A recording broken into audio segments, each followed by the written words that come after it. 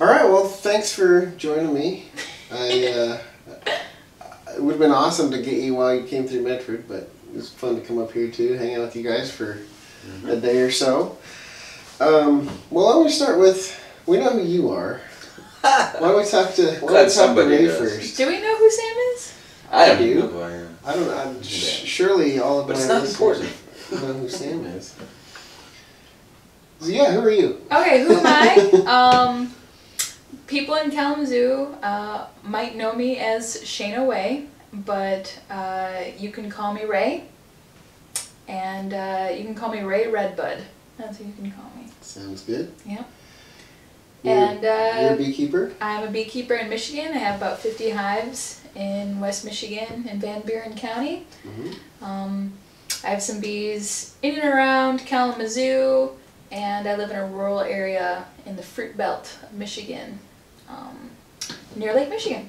So, yeah, I have been breeding some queens there. I produce honey, and I have been an instructor for the Kalamazoo Valley Community College beginner beekeeping program that has a beekeeping 101, 102, and 103 for advanced topics. And so my mentors and I started that program 2 years ago. What do they consider advanced topics? Advanced topics are products of the hive and what to do with them, queen rearing, specifics when it comes to winterizing. We have an advanced pest and pathogens course. We also do a bee microscopy class using dissecting scopes. And usually we have Dr. Larry Connor teach that portion of the course. He is also a Kalamazoo resident, so he was one of my mentors when I first began. And usually we call on him to help teach the microscopy part, and usually if the weather is cooperative, we go out to our teaching apiary every week and look at some things. We do mite checking. Yeah, it's different week to week.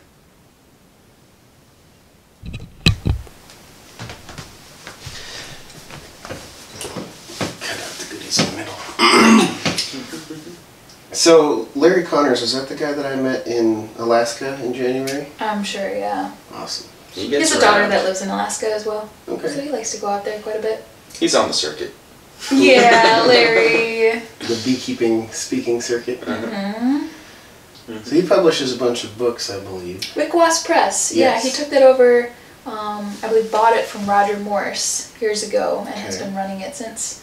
And so he has several books that he's published or been an author on.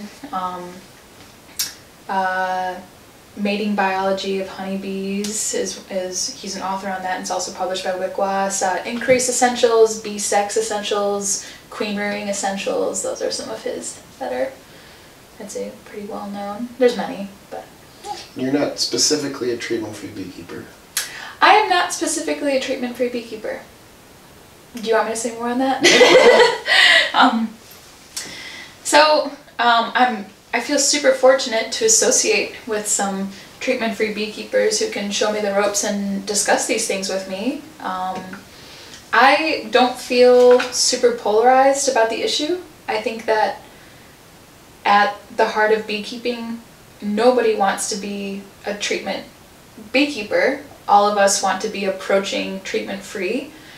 I'd say that a lot of the ideas that you and I have talked about in the last couple days, we've talked about how treatment-free isn't just, you don't just go through your task list for your seasonal activities and, treatment's not on your list. But treatment-free is really, it's an entire philosophy that incorporates a lot more than just whether you're going to use chemical intervention with your bees or not.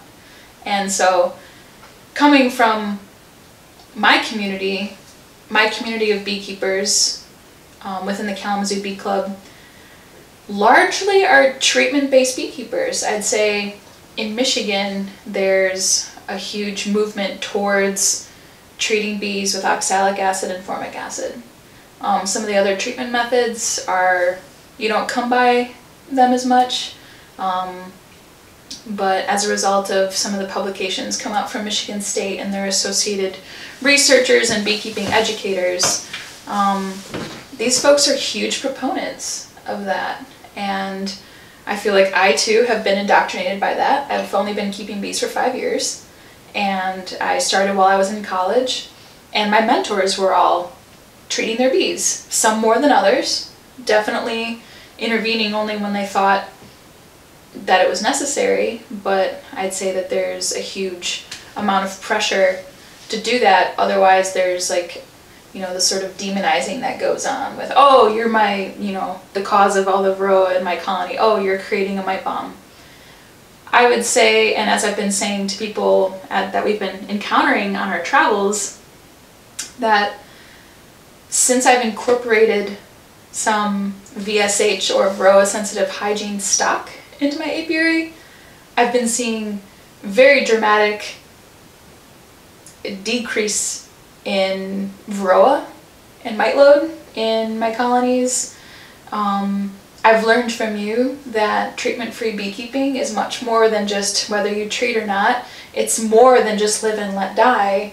It's an entire season's worth of management to achieve a treatment-free apiary.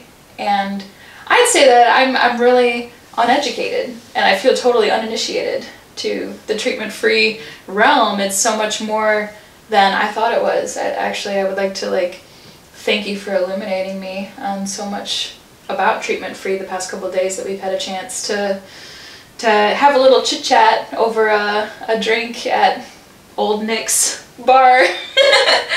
I wish we had all of that on tape. Yeah, they were really good discussions. A lot of times with beekeepers. Yeah, but I like a lot of people, I consider myself approaching treatment-free, and this is not possible with, well, I shouldn't say that. It's challenging, and it's definitely an advantage when you incorporate treatment-free stock, when you incorporate queens of superior genetics into your apiary that either can withstand high mite load, withstand the viruses, or the bees have cranked up defenses against the mites. And prior to that opportunity for me, I was going off of what I could catch from swarms, what I was retrieving from cutouts that have been in buildings for several years, and taking from that stock my survivors, splitting my survivors. I learned to graft my second or third year of beekeeping and started getting into that. But I feel like I've definitely gained a bit of an advantage by incorporating some VSH stock that I've gotten from Sam. Well, you're not the first non-treatment-free beekeeper. It's kind of a double negative. You're not the first treating beekeeper to be on the podcast. Oh, I'm not insecure about it. No, it's okay. Well, I definitely see methods and materials. Mm-hmm. I mean, a lot of beekeepers in the treatment-free movement started out treating. And you're right, I think a lot of people are wanting to move towards treatment-free. I do think a lot of people, their main hurdle is the mindset. Mm-hmm. It's not just what you do and you don't do, it's changing how you think about beekeeping that really makes the difference. Absolutely. You've said a number of things that have really stuck with me, and actually I wrote some of them down in my journal. I keep a journal when I'm traveling and try and note some interesting bits of information and little factoids as we go along and we meet these other beekeepers. But you said one thing that really resonated with me was thinking of bee losses, colony losses over winter, as data points, not as personal failures. Mm-hmm. And that, I think, is something that I want to teach to other people, because often new beekeepers, they start out with one colony rather than several, which I think this is one of Larry Connor's models, is the 2.5 hives model. Having more than one, so you can borrow resources, you can have an extra queen on hand, that sort of thing. But when you start out and you have a single package that you bought from California and it dies that winter, a lot of people are a little skeptical about whether they want to continue because the pain of that failure is so great, and they take it very personally. And expensive. And it's expensive, but you say, collect swarms, put out traps, collect bees, and just keep focusing on the ones that survive and figure out what it is that you did to the ones, or that you didn't do to the surviving colonies. And that was another thing that I appreciated, was that you are not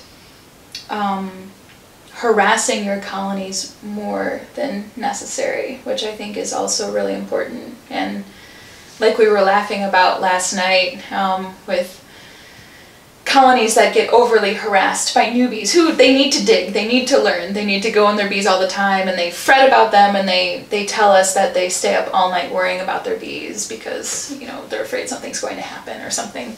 But keeping them open all the time, harassing them, mixing up the brood nest inadvertently, and then they succumb to winter mortality because they've been weakened so much over the course of a season. And so I guess that's what I mean by, like, there's a certain philosophy that goes with treatment-free that's not actually about treating it. I mean, it's not about chemicals, it's about how you treat the hive, how you engage with the hive, or lack of engagement, like how you regard them, and to not overly harass them, which can weaken the colony in the long term. And one of the things that I talk about that you can do, because new beekeepers really do need that experience, is if you're starting out with more than one, the more the better. I recommend 5, which is, you know, if you can go hardcore, go hardcore. 5 hives, a fishing pole, a hammock, and a network of all us beekeepers. Sam's There's 5 hives. You know? But you can still have that experience and get in there that often. But now you're spreading it between 5 hives. Absolutely. Rather than focusing all your love on one hive. Hive 1 gets to be bothered this week. Hive 2 gets to be bothered next week. Yeah, and if you do that, if you do 1 a week, then they each don't get it until 1 a month, and that's fine. You still get your bee fix. Yeah. Get your bee fix. Yeah. Spread it out. Totally. And Sam, I've been asking you to be on the podcast for like 3 years now. Congratulations. It's not easy. Finally reeled him in. Here he is, in the flesh. We met, I mean, I've followed your work. I don't remember when's the first time I came across your work. I've read through your website a couple of times, and if anybody else wants to read through his website, it's anarchyapiaries.org. Great website. All of his hard materials are certainly indicative of the name of his operation. I love his little, what do you call that folded up piece of paper? It's a little zine. Zine? It's your operator's manual. Your Yeah. how-to. Survival guide. It's a beekeeping survival guide. Bees don't need our help to survive, but beekeepers sure do. If you've ever seen him in person, you can probably get that. It's a sheet of paper that's all filled out, all by hand, with hand artwork, and then folded up in such a way that it makes a little booklet. It's pretty sweet. Yeah, it's your how-to. Probably the most important thing that I've ever done. You know, it's way more important than building a bee empire. So we met the first time, I think it was maybe 11 or 12, maybe 11, I don't remember.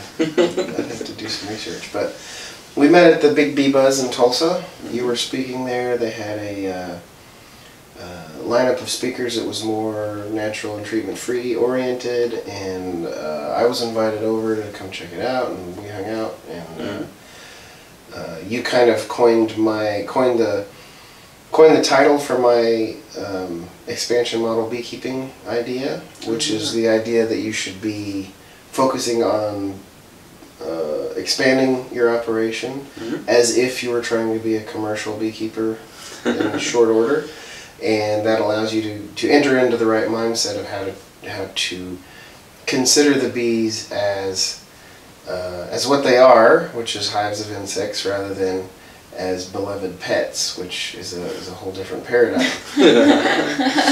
With the goal of moving towards away from expansion model beekeeping, once it becomes successful, you're in a post-scarcity state, then you can move on to shotgun beekeeping, which is kind of where I'm at now. Just trying to Tell keep us about shotgun beekeeping. Oh, shotgun beekeeping. There's about 1,000 hives that I maintain or work with. It's not like I keep them, it's more like they keep me. But keep me out of trouble because I'm so busy.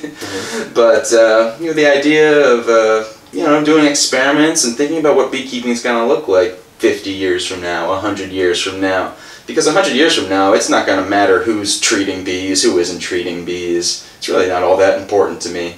I run anarchy apiaries. I don't make rules for other beekeepers. I don't like the polarity going on or the us and them mentality. I think we can all get along. The bee world is still too small to make that happen. And there's good and bad beekeepers on both sides. What I do care about is not if you treat bees or don't treat bees or feed bees or don't feed bees. I care if you are growing bees every year or if you are buying bees every year.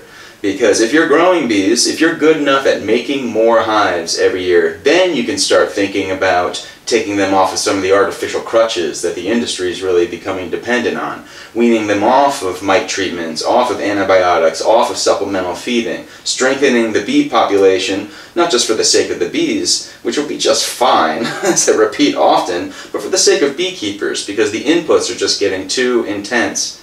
Bees aren't like the rest of livestock. They're not like cows. They still have this wildness about them. They still have this resilience. And if we are to keep building up their resilience by just their innate abilities to cope with mites, their grooming behavior, their hygienic behavior, even their swarming behavior, if we're to keep this resilience and wildness in the bee population, then we'll find that beekeeping can really continue. And beekeepers, rather than trying to suppress those things by capitalizing on them, we can all keep bees with a lot less management.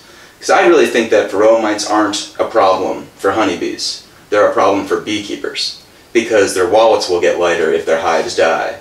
Whereas for bees, in the long run, the varroa mites will just strengthen their population and eventually reach the symbiosis, which is what I'm seeing in my bees. It's what the USDA Baton Rouge lab is seeing in their bees through their breeding program. And a lot of us treatment-free beekeepers, going that route, taking away their crutches and strengthening the bees, it goes hand in hand with propagating your own survivor stock. You can't have tough love apiaries killing off a number of your hives without at the same time propagating the ones that are working for you.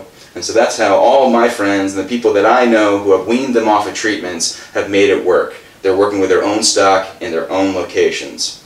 And they get stronger at every generation. And it's just the way bees work. It's also important to be immune to being vilified by other people for being a dissenter in some of these arguments, I think, for treating. And yeah, I agree with you and with Randy Oliver about if you're not part of the genetic solution, you're part of the genetic problem. And there are lots of ways to go about it. One of the things we do is we look at, like what you're talking about, we look at the beekeeping population not as these are my hives and I'm trying to keep them alive. We move up one level. We see the beekeeping population as a species, and you're right, mites aren't a problem for the species. They adapted when mites were first introduced. They started adapting. That's where the Russian bees come from that's so desirable. Those bees adapted, what, 90 years ago or whatever? So it's not a matter of saving my individual hives, it's a matter of the species has already done the work. We just need to kind of move into that paradigm and start working with it rather than trying to save bees. Rather than proliferate bees that have yet to evolve some of those tactics in withstanding either varroa-transmitted viruses or the mites themselves. Yeah, at the same time, not breeding a mite population that is more virulent, more aggressive, with a faster reproduction rate by treating them. Yeah, we kill the when we try and kill the mites. What we're really doing is we're subjecting them to a selection process whereby we kill off all the weak ones and only the strong ones can survive. Meanwhile, if we let the bees do it, the bees, all the weak bees are killed off, and the strong ones survive. And at the same time, the overly strong mites kill off themselves when they kill off a hive. They kill the host, yeah. And so what can we say to beekeepers who are either first year or second year beekeepers who only have the equipment and resources for a couple of hives? You know, how can we say to them, it's okay if your hives die? Because there's so many backyard beekeepers and people getting into it, and they're very eager to get into bees, and they don't know some of these nuances. They don't understand some of these dynamics with pest and host, and that like treatment free is really seeking to have like good results for everybody, but it doesn't work as well if more people don't participate. Mm-hmm. Well, we have, one of the first things we can say is that you're ultimately not in control. It's not up to you whether your hives survive or not. In the greater picture, in the final analysis, people tend to think that they're really in control because I can nuke this hive with a formic pad, and then I'm in control and I'll have bees next year. You know, that's usually what It's a uniquely human condition.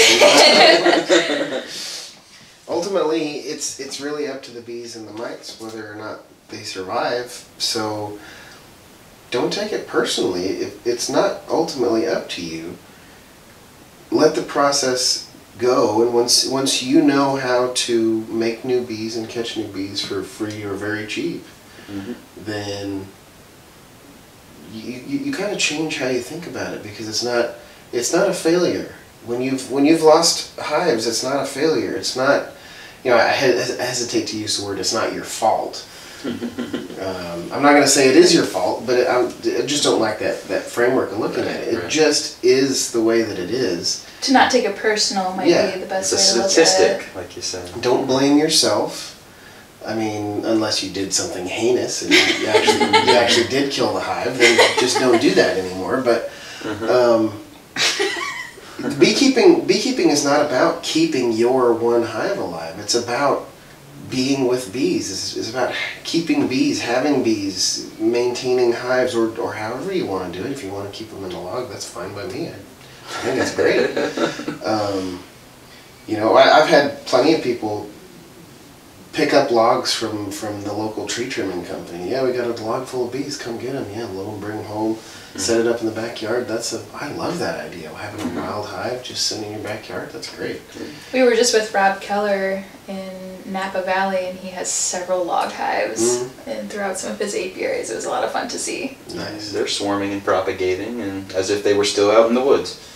And functionally, they are still out in the woods. Quite aesthetic too. I think the log hive is beautiful. I mean, that's what we need to do. Is we need to be interacting with the feral population. They're already surviving without our help. I mean, the Randy Oliver's studies have demonstrated a difference between the feral population and the kept population. So instead of insisting on being part of the kept population, where we're buying queens, these are low genetic diversity bees that we're bringing in, and instead just move into the feral population by interacting the way the feral population does, which is by swarming like crazy and trying to fill the environment, and you lose the ones that don't make it, you keep the ones, and it's how nature works. Like, just do the way nature works. And so I don't know, Solomon. That involves a lot of letting go of control. I don't know if Homo sapiens are ready for this. It sounds kind of revolutionary. It's tough. It's why we're in the counterculture. At least depending on certain areas of the country, it seems it's harder in the north. There seems to be more resistance, but you get down in the south, where you are in Florida, and all through the south and the southwest and the southeast, like, treating is just not. It's not a worry. You got bees that are hauling all year long. They're propagating themselves constantly. You got more swarms than you can handle, and like it's the paradigm. I think people just need to open their eyes and see, to stop being so myopic and having such tunnel vision, to see that this is just about me and this is just about my hives, and look at the world to see how this is already going on. We don't need to rebuild or reinvent the wheel. It's already here. And Solomon, I had a question. So with swarming and opting to let hives swarm, which I agree with. I think that swarming is a great way to knock back mites, to get some genetic diversity in the hive, to also repopulate our wooded areas with swarms. I think these are all good things. But do you teach people that splitting is a good thing? Because if you split an overwintered hive, they lose a lot of that momentum to swarm. So do you think that one way is better than the other? Would you teach someone to trap a swarm versus split a hive? I like to focus, number one, on trapping swarms, because anybody can build a swarm trap.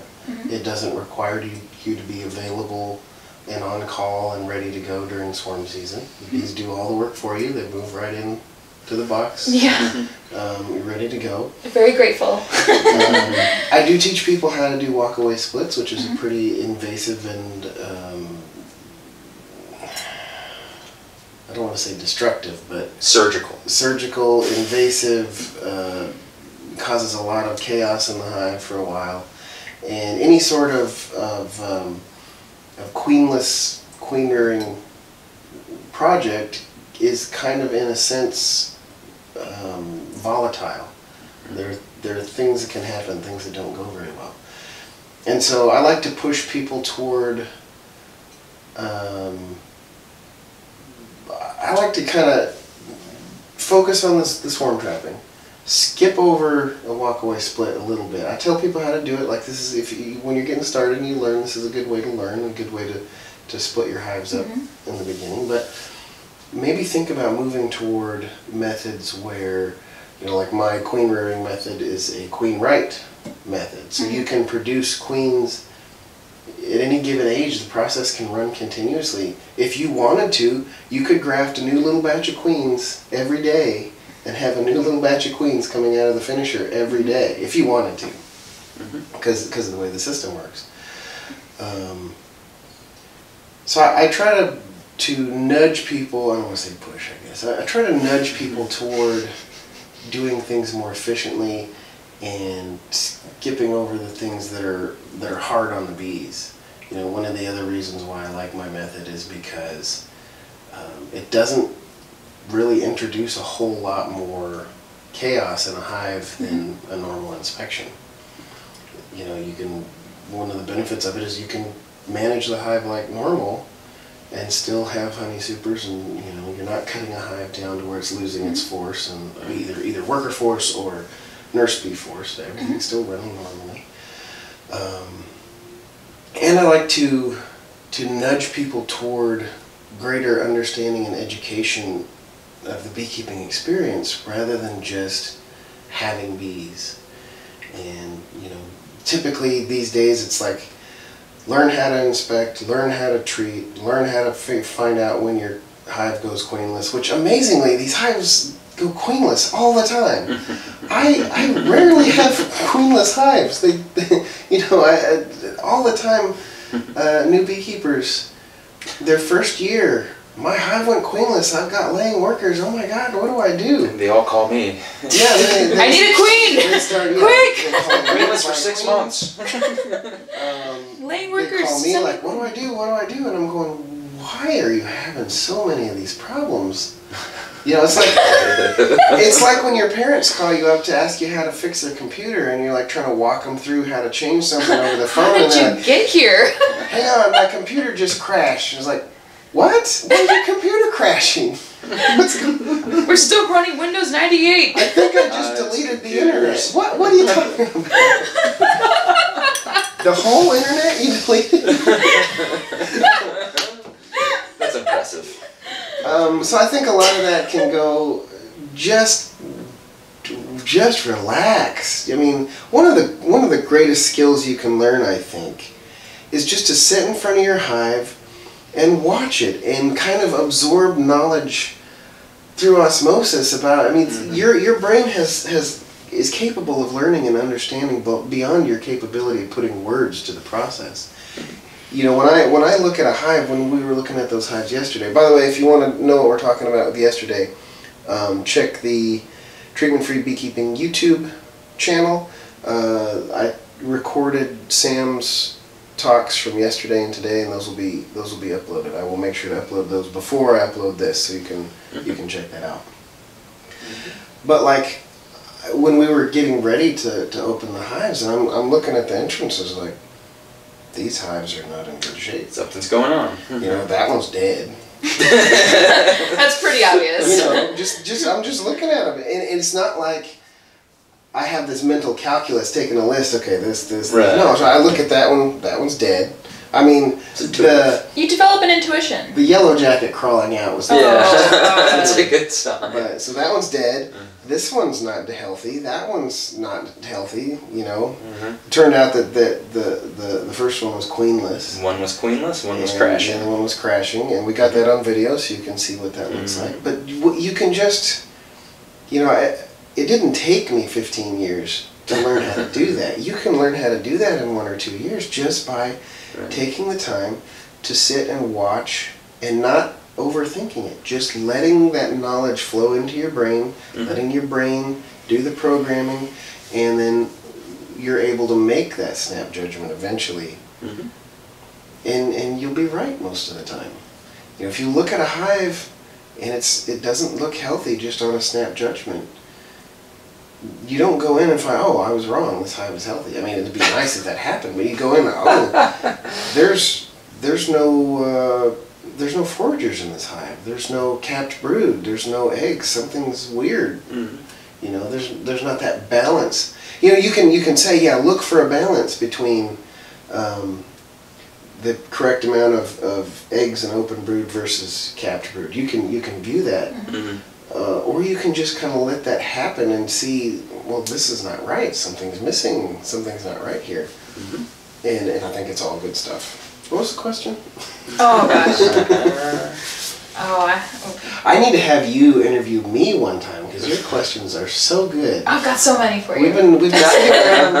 We've been sitting around talking about bees for the last 24 hours. Yeah, non-stop. And Ray has these amazing questions that, like, I just gotta sit and think about. Wow, these are good questions. Right. You have really amazing answers as well. There you go. I try. I mean, I just let it flow. You've thought about this stuff, like we all have. This stuff. It's been a real pleasure. I've been telling Sam, like, oh gosh, I'm so glad that we had some time to spend with Solomon where we could just sit and just talk bees. And I find that your answers are just, they speak to me. I mean, you develop logical arguments, you know, as you explain things, and I really appreciate the way that you think about problems and the way that you address problems. I just want to say that I really appreciate that. So we're thinking about the future in a really positive light of where bees are going, where beekeepers are going, not just dwelling in darkness alone with our thoughts and the doom That's and how a gloom lot of us are.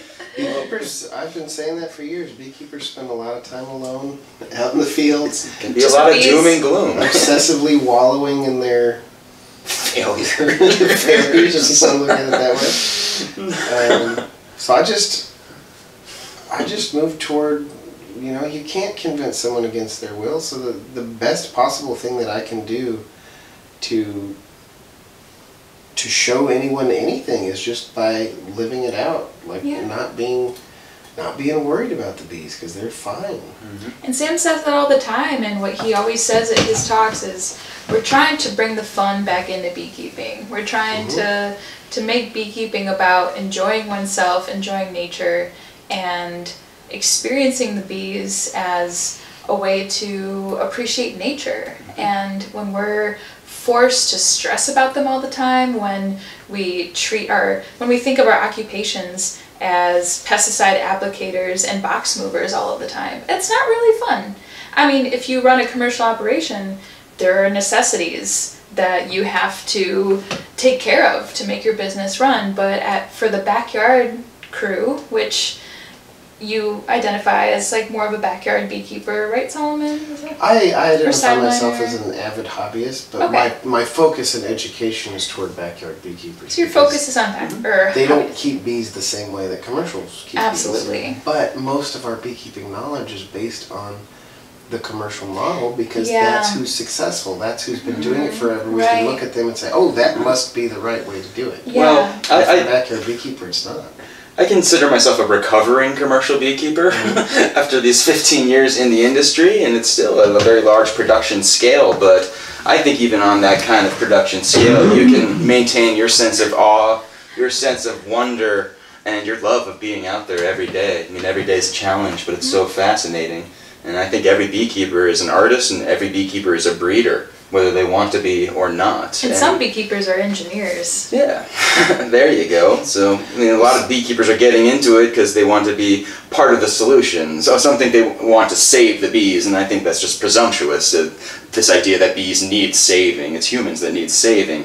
But in terms of like beekeepers wanting to be part of the solution, part of that solution is just making beekeeping fun again. Yeah. And making it more enjoyable, and then passing on that sense of enjoyment on to the next generation of beekeepers. That's the real sustainable beekeeping, and that's what's going to keep it going. And so with this being we could, for simplicity's sake, call this a treatment-free beekeeping podcast. What makes treatment-free That is the beekeeping... title. It is the title. All right, we have Nailed to live it. up to that. What makes treatment-free beekeeping more fun, do you think, than this? Well, I don't want to call treatment or like chemical IPM beekeeping the conventional way, but it's, you know, I guess it's the other side of this binary that we're seeing in our culture. It's the conventional way to the modern mind because that's it's been The scientific way. generations. You have a sickness, you give a prescription. Exactly. You put a band-aid on the symptom. It's been the conventional wisdom for several generations now. Mm-hmm. Everybody assumes that, or not everybody. A lot of people assume that that's just the way that it works because again, if you want to know how to do something, generally you look at people who are successful at it, right? You want to build a car, you don't reinvent a car. You got all sorts of giant corporations building cars around who are successful at it for decades and say, oh, well, a car needs 4 wheels. Mm-hmm. It doesn't, but that's just how it's done. That's what modern convention shows us. So, I've been wanting to address your that little hive body that you built out of the garbage yesterday. And, so to me, that's one of the fun things about beekeeping is learning how to adapt the process to your needs, the way you want to do things as a beekeeper. We don't need to keep bees in Langstroth hives. It's just the way that's been done for a long time. It's not necessary. So I think one of the great things about beekeeping is learning how to make your own hives for cheap and free. And so why don't you talk about that hive, which again, if you want to see what he's talking about now, go back and look at those videos and you can actually see the hive. Yeah, of course, I build most of my hives out of rough cut lumber, but really if you show me a dumpster, I can build you a couple of beehives out of the contents. And people ask me all the time, what is the best type of hive? Which hive design should I build? Should I make a Kenyan top bar hive, or a Warray hive, or a Langstroth hive? And my answer is always, the best kind of hive is the one that you build yourself. We're talking about establishing this rapport, this relationship with your bees, furthering and deepening that relationship all the time, so we can get closer to nature, so we can kind of heal this rift that we have in human society, how we're going in and sterilizing everything, and heal that and make it a little closer to the way that bees work, creating diversity everywhere that bees have gone, the catalyst for diversity all the way around the world. Healing that rift, getting closer to the bee mentality, is going to be furthered by bringing our mindset closer to the ways bees work and creating diversity in the way that we keep them. So that's one of the reasons I don't care if people treat or if they feed, or there's all different kinds of beekeepers there, and every beekeeper has a different kind of beekeeping that's very personal. And really, I try to promote everyone investigating their own way. And it's like I say, every beekeeper is an artist. You can build your own kind of hive, and that will just further your relationship and your beekeeping a lot more fun. If you build your own special little home for your bee friends, you have a deeper relationship than any other beekeeper. It's unique to you.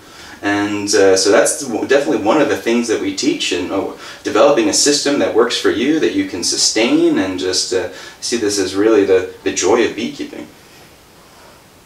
And the barbecue skewer. It's the forefront of beekeeping technology. This is true. So the box you're building is built out of 2x6s, regular standard. No, just rough cut 1x6. I use a lot of rough cut lumber, 1x6s, 2x6s. It's a 6-inch deep box.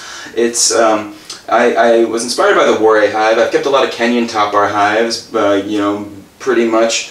You know, about 13 years ago I was broke. I couldn't afford 200 Langstroth hives and go into $40,000 worth of debt. But I had this ability to raise queens very quickly and propagate and grow bees. So I was out of equipment and out of money, but I knew I had like potential to do this. So I started with Kenyan top bar hives for several years, like growing and selling bees born and raised in Kenyan top bars, until I was inspired by the Warray hive when the book was translated from the French. And I started doing experiments with kind of a hollow tree type hive where I was under-supering, letting the bees grow down like an eternal hollow tree. But then I modified the dimensions and made them a little bit more inspectable. So my boxes are only 6 inches deep, and on the inside they're 11 by 11.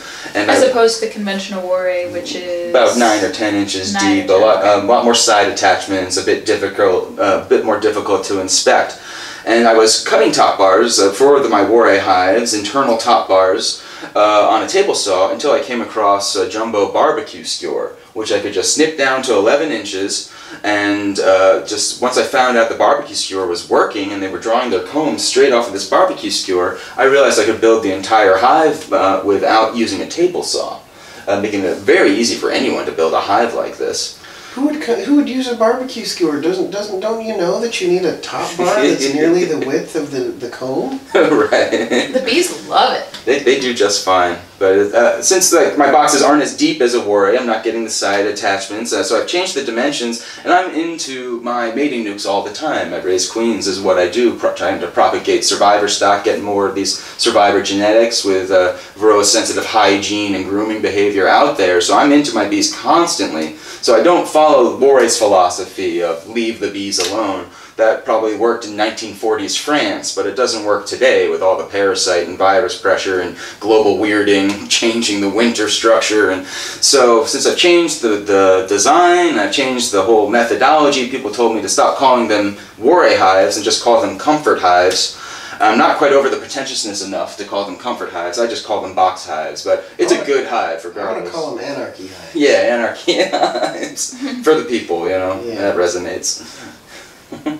You can find photos of this on Instagram. At Comfort Hive. Comfort Hive. Yep.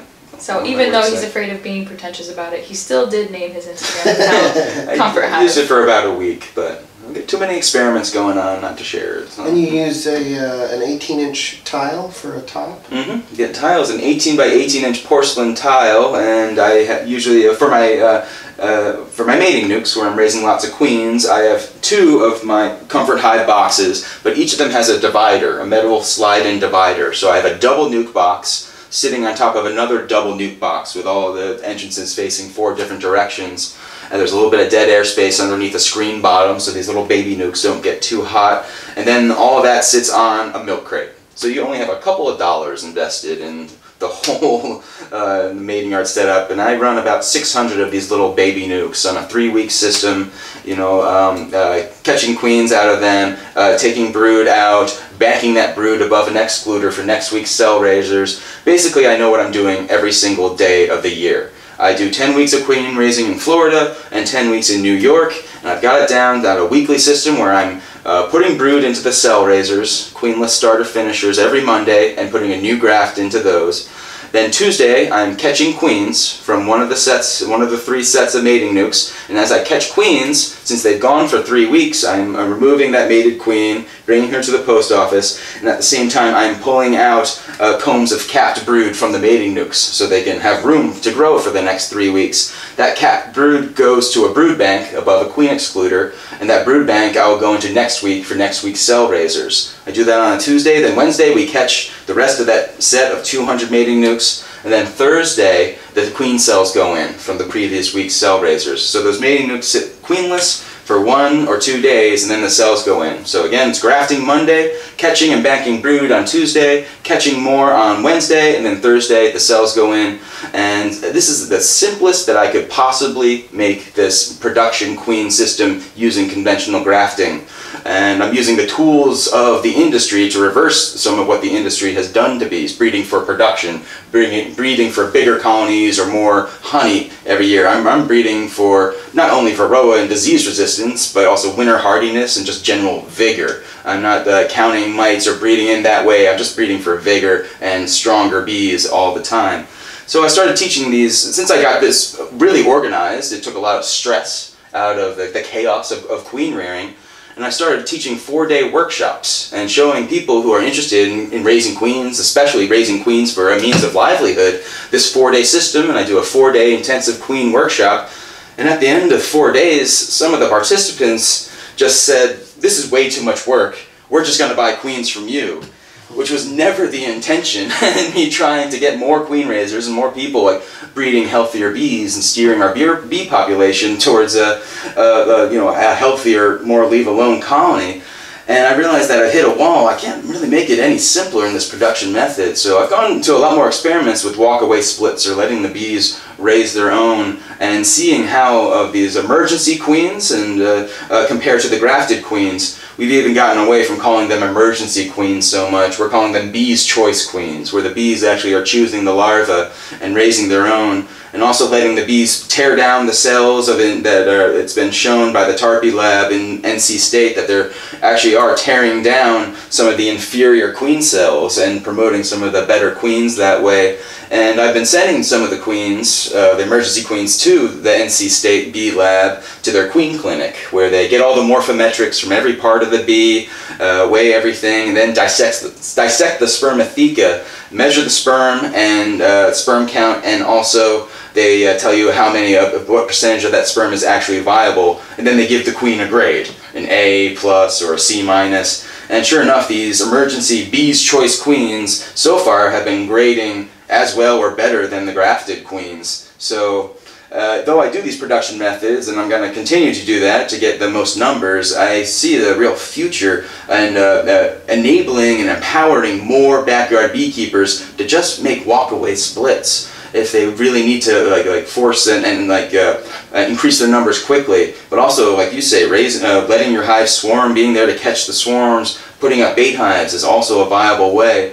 But as long as people are growing bees and considering themselves, anyone who's a beekeeper can be a breeder in their own backyard and be part of that solution, not be someone who's buying bees from commercial sources and letting them crash every year, which is part of the problem.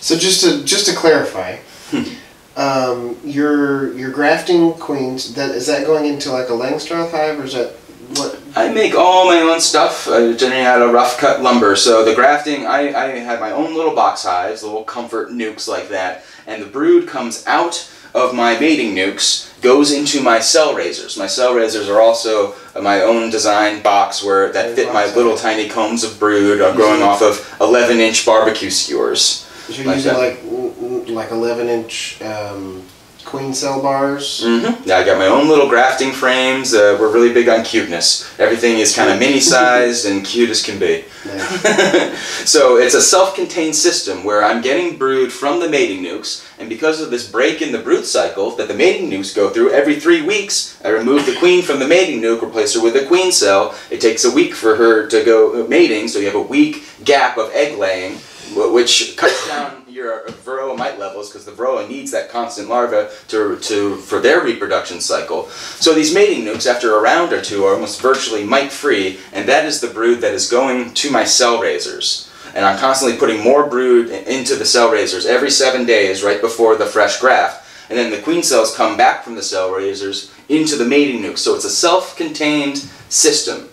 Whereas, you know, a lot of people raising queens have to go to outyards, get bulk bees, or get extra brood and stuff. I get all the brood from the mating nukes. It goes to the cell raisers, the queen cells go from the cell raisers back to the mating nukes. And so, and I have extra brood every week to make splits that go to restock any losses in outyards. I don't even need to split outyards to recuperate from losses. Really the only reason I even have outyards is to test some of the different stock that I have, some of the different families, to test, you know, their mite resistance, their disease resistance, their temperament, their abilities to survive New York winters, which are typically 20 below zero or so, and just to see how they'll do once they grow up into adult hives. And this is all foundationless, so you got drones willy-nilly. Yep. Yeah, plenty of drones, and I do set up drone yards, do my own saturation. I give lots of queens away to my neighbors, and some of them are treatment-free, some are not. It doesn't matter to me, but and I'm finding I use a lot of Russian bees, and I use a lot of Varroa-sensitive hygiene bees, bringing in new stock every couple of years or so. And I found that the Russian bees, which the USDA lab has stated that a lot of their resistance is in grooming behavior, and also a lot of it is in their swarming behavior, and they're shutting down brood rearing in dearths or in early before winter. I find that that's a much more recessive gene than the VSH bees, than the Varroa-sensitive hygiene bees, which seems to be much more of a dominant gene.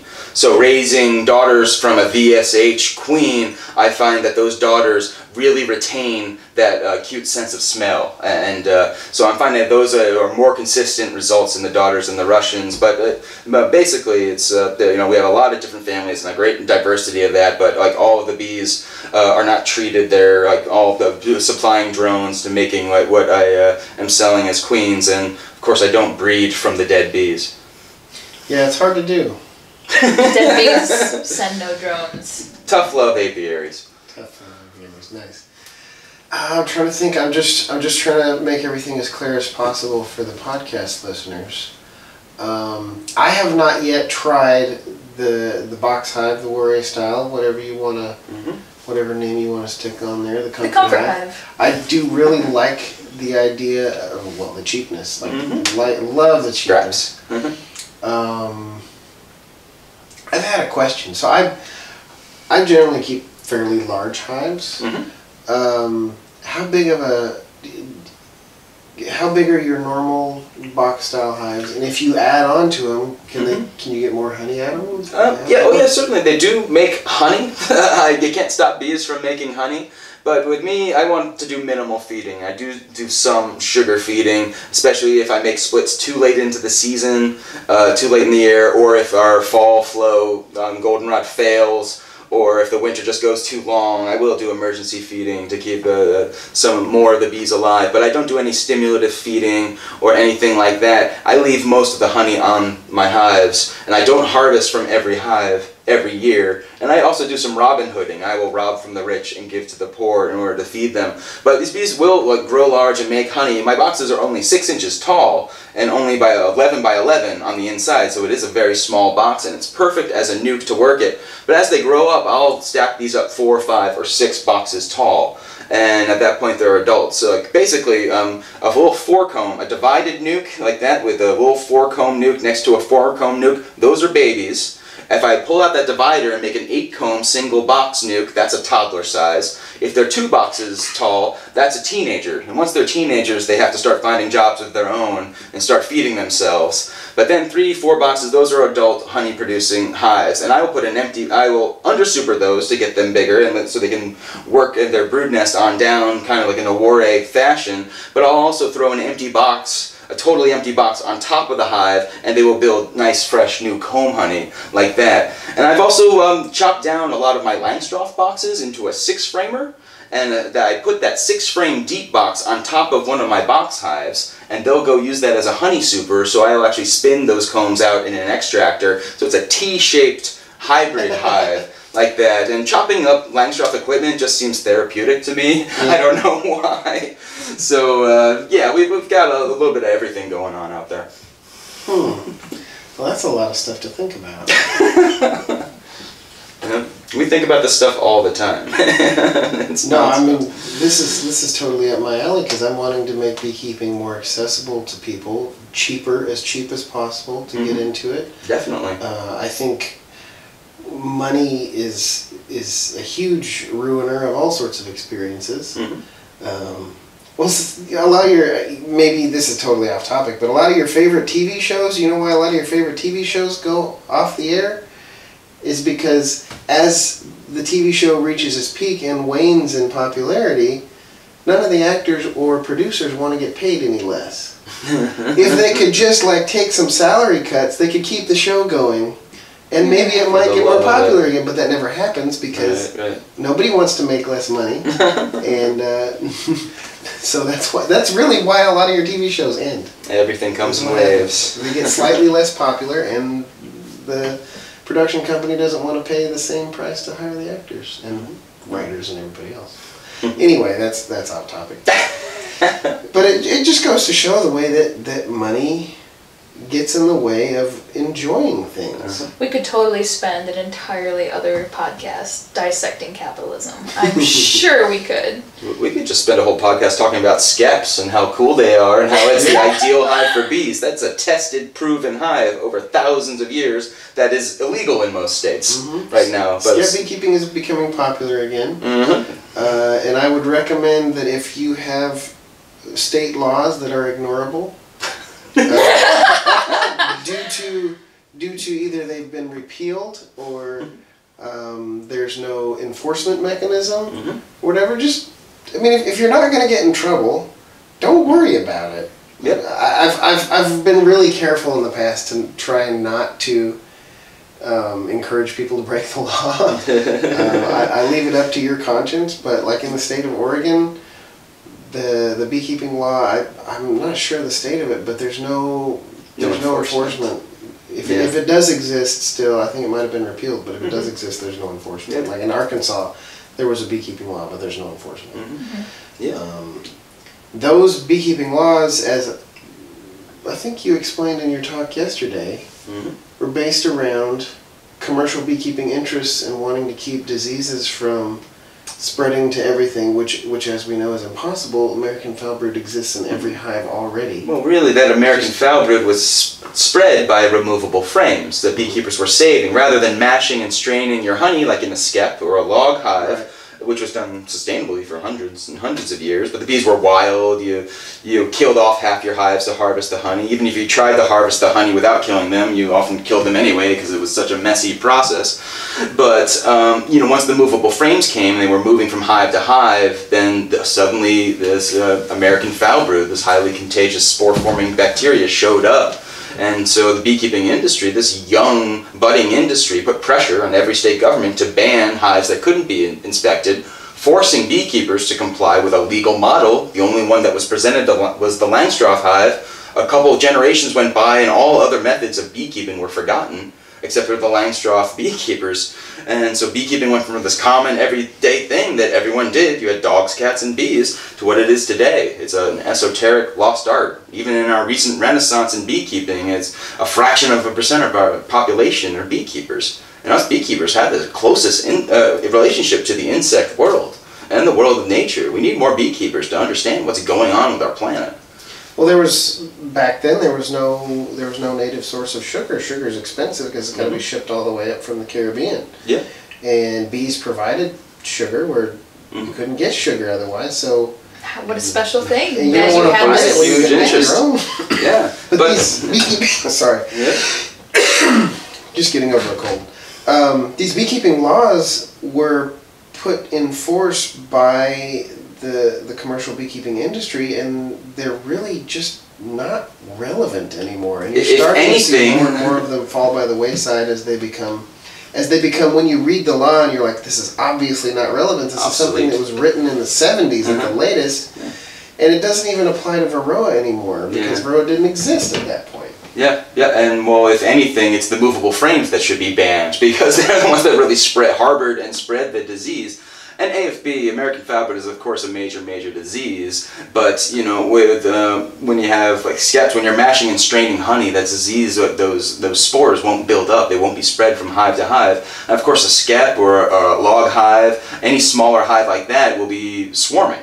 as part of the steps of like reproduction. It's how you made more bees when you weren't pulling out frames and then manipulating in that way. And of course, those hives that swarm, they're not going to be the mite bombs in the fall. They're not going to have time in a season to build up huge varroa levels. So it's really these large, huge honey-producing machine hives that are really causing problems. And if you keep a hive like a warrior or a box hive where you're bottom supering and removing from the top, or in your case, supering both ends, and then crushing and straining, that wax never has a chance to get that old. It's gonna build up a certain level of natural toxins in the environment, or in our case, unnatural, which is built up due to pesticide use. Can't get away from it. But the comb's never going to get old enough to become a problem for the health of the bees. And you don't have to buy foundation. That's right. Or anything. It's kind of interesting because we're here at Bill's house, and he's out in his garage. He's a firm warrior beekeeper, and part of his beekeeping experience is not only playing with the bees and making honey, but he's out there making candles all the time. He's got this sweet little candle setup with a thermostatic hot pot, and he's got a little valve on the pot, so whenever he's got enough wax, he can just fire it up, warm it up, and make a candle. Like, that's all he has to do. He's a tinkerer, just like the best of the beekeepers. And I've noticed warrior beekeepers, candle making and other wax arts are a much bigger part of their beekeeping experience than with Langstroth beekeepers, because you've got this constant source of wax. You might as well do something with it. It's even more valuable than the honey. Are great, yeah. Soaps and salves and beauty products and things with the wax, or you can just sell the wax. That works too. I mean, clean, organic wax goes for a pretty good price. You'd be surprised. You can even find it. More than honey, I mean, on a per pound basis. Definitely. So, I mean, that's something you can get into as well. Making candles is fun. He's out there making tapers all the time. And, I mean, that's, at the very minimum, if you don't use them yourself, you can sell them to your friends and pay for your $5 it takes to build a hive. If you're buying lumber, I mean, we're right next to an active construction site here. You could probably go fart around in the dumpster and have all the hive materials you need. Guaranteed. We need to make sure we hit that before we get out of town. Yeah, we're going there next, right away. Before some other beekeeper does. You're gonna haul lumber all the way from the West Coast back to New York. We're gonna hang bait hives all along our route. Nice. Check them in the year. But we also harvest a lot of propolis from our hives. We make a lot of mead. We do a lot of value-added products, and just like it's all like sweetness and light. It's all just magic. It's all about doing all the stuff. I mean, I find the model of just accumulating things as a way of life is so unfulfilling. You want to learn and be part of the progress of your own life and moving through life and moving through the different stages of your life and doing the different things. Just owning things is not all that enjoyable. Boring. So, do you have any more questions? Oh, so many. You'll have to catch me next time. Give me one. We're almost done here. Oh gosh. Was there anything burning questions you wanted to ask? Oh gosh, I don't have anything at the tip of my tongue right now. I was just sitting here contemplating some other questions. I would ask, I would just put out a petition for any beekeeper or anybody at all who wants to help bees and insects, pollinators, and soil and the planet and the ozone layer, just to plant trees. Plant lots of trees, plant lots of bee forage. Bees are what they eat, and we're seeing that that's like a root of a lot of our problems. The bees aren't getting enough nourishment and things like that. So trees, things that are drought resistant, things that are adaptable, suitable for your climate, that really helps things out. Buying a commercial hive kit isn't going to help our bee population at all. Nope. But planting a tree sure will. You're not going to help the bees. Quote, help the bees, Yeah. save the bees. Exactly. By becoming a beekeeper in standard equipment and going through all the normal treating stuff. What you really, some of the things that you can really help, if you find a feral beehive anywhere, if it's possible to leave it where it is, if it's not hurting anybody, leave it there. Let it exist. Don't cut down the tree. Don't try to trap it out. You're not going to succeed in actually capturing the hive, most likely. You're just going to kill the hive. You'll starve it out. Yeah, you'll starve it out. You'll keep a bunch of the workers probably, and you might be able to start a new hive with it, but the hive itself you're killing. Don't do that. I know a number of people who keep feral hives in their house. Like, we know so many people who do cutouts. But if you can stand to have a live hive living in your house, leave it alone. What the bees really need, if you want to help the bees, what they really need is number two. Anyway, they need forage, right? What you were just talking about, plant trees, plant bee-friendly flowers and plants, and they need a place to live. So if we're out there all the time trying to think we're helping the bees by capturing them out of trees and destroying the wild nests, we're hurting, we're not helping. Well, let's quote the great Dee Lusby, the 4 things that bees need. When I first met Dee at her first meeting, she put this old transparency on an overhead projector that must have been from the 70s. She still does that. And she said, these are the 4 things. I traveled hundreds and hundreds of miles to go meet Dee, and just to see her put this one sheet on this overhead projector that said, these are the 4 things that bees need.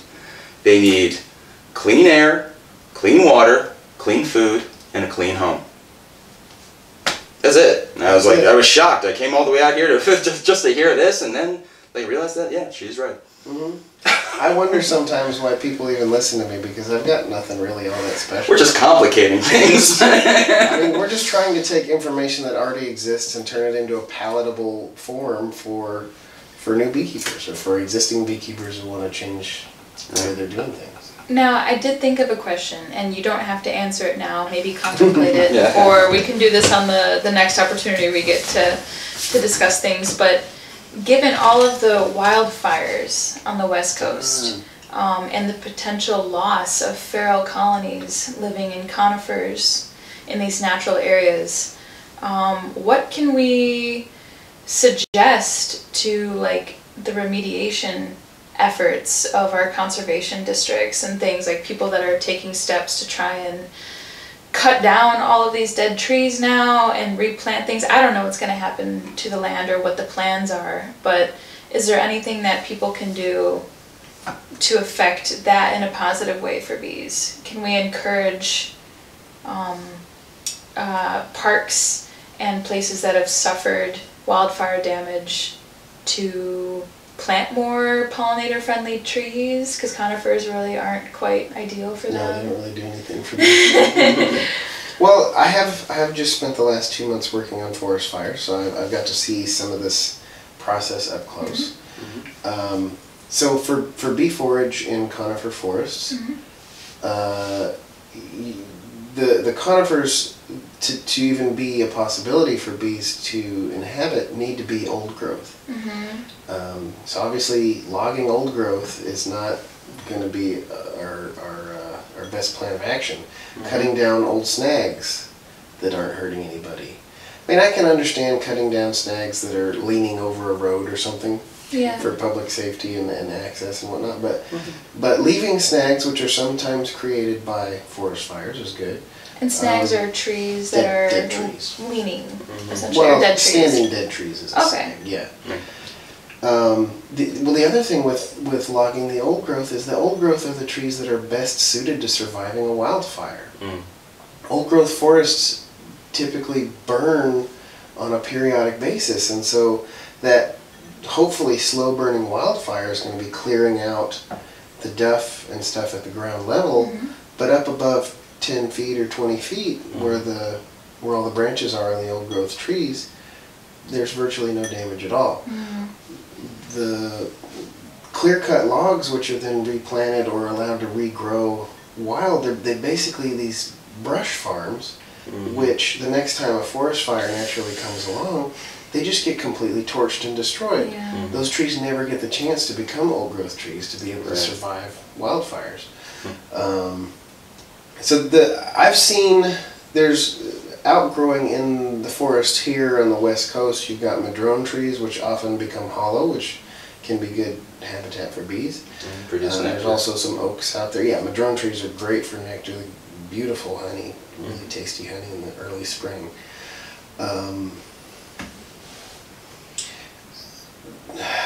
It's a difficult question here because logging is such a huge part of our economy and a huge part of the mindset. Like there's been all sorts of advertising ever since I can remember. Oregon will never grow out of trees.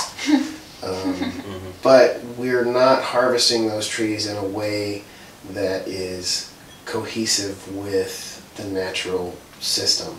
Yeah. We end up needing much more management, and we end up having to spend innumerable millions of dollars putting out forest fires, which in a natural environment never get put out. They continue burning until they until it rains and they get put out. But they burn at hopefully a low intensity. And it's kind of interesting around here. You can see certain hilltops and things where they always burn completely and they never really grow back. It's part of the natural process. Those hills are bare. It's just grass. But when we put out those fires, we allow the brush to build up, the duff to build up, and when we get a hot, dry summer, sometimes those things can just get torched. So I saw that on the Ramsey Canyon fire on which I did initial attack. It had burned 24 years ago, and so you have all these 24-year-old trees, which pine trees about 6-8 inches in diameter. Perfect fire reward. And they all have these low-growing branches, so when it does come along, it will burn at low intensity if there's zero wind. But if the wind picks up and it gets up into the branches, the whole thing goes up like excessively hairsprayed hair. Oh Like God! it just burns in a wall of flame, and which is unsafe for firefighters, and it destroys. I was struck by. I wandered out into the middle of the burned area up on top of this mountain that we were working on, and I was struck by how dead everything was. Every tree was dead. Every cricket was dead.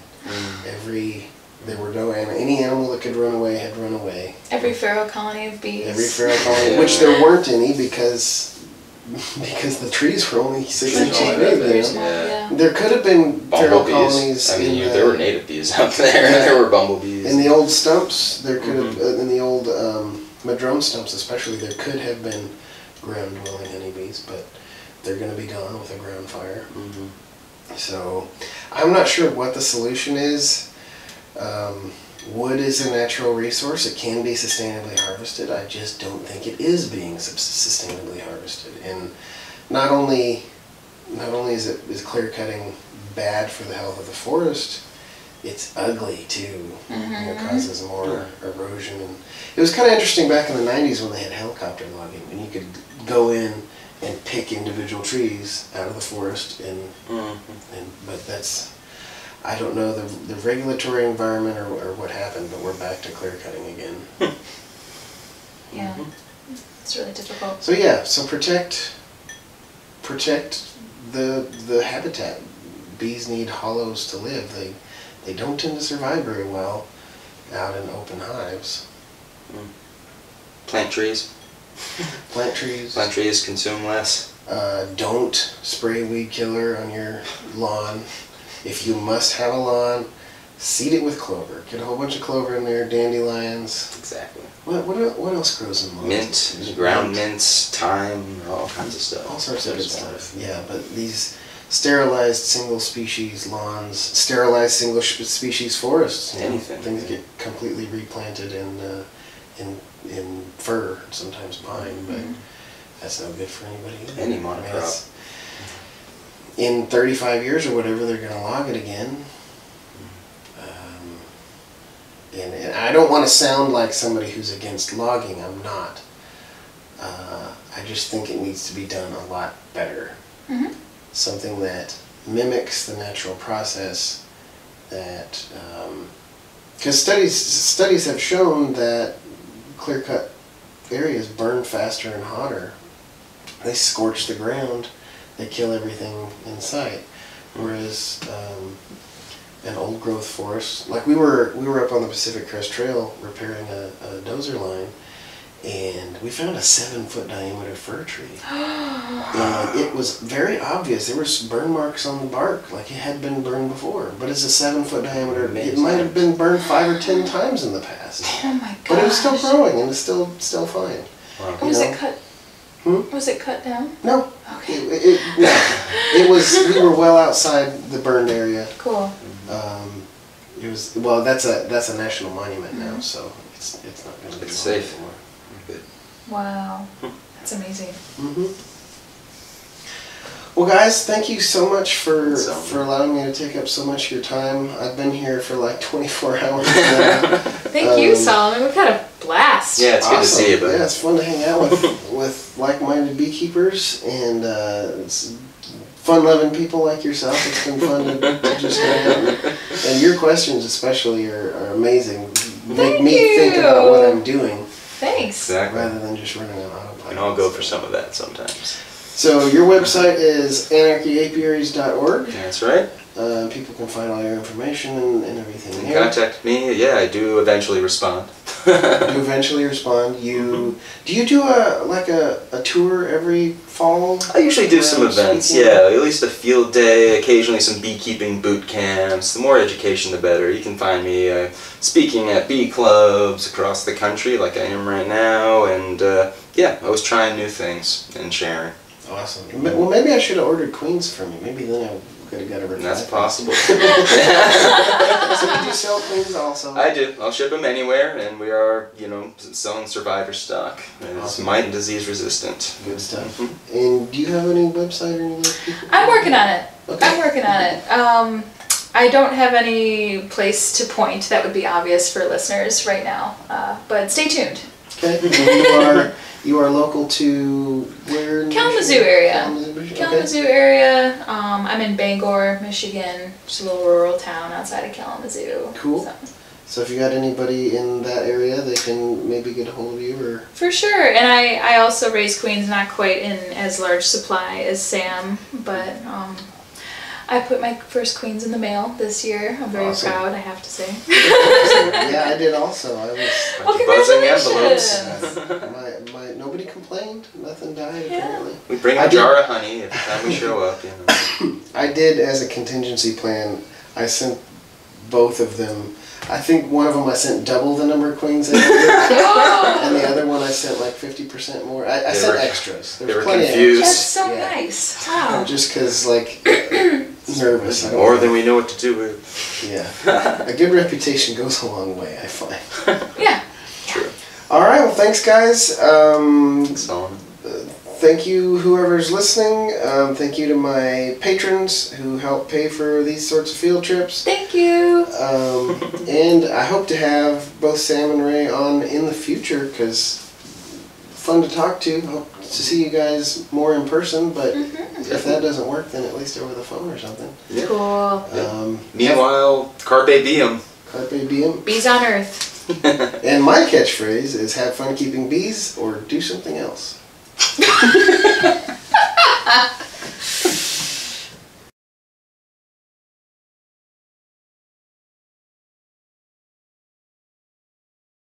We are Trophallaxis and we are on the Grizz diet. Good afternoon. That's gonna go in the outtakes. Does that make any sense? Bring more salmon collars, please. You had to be there. More salmon? More salmon. More wine.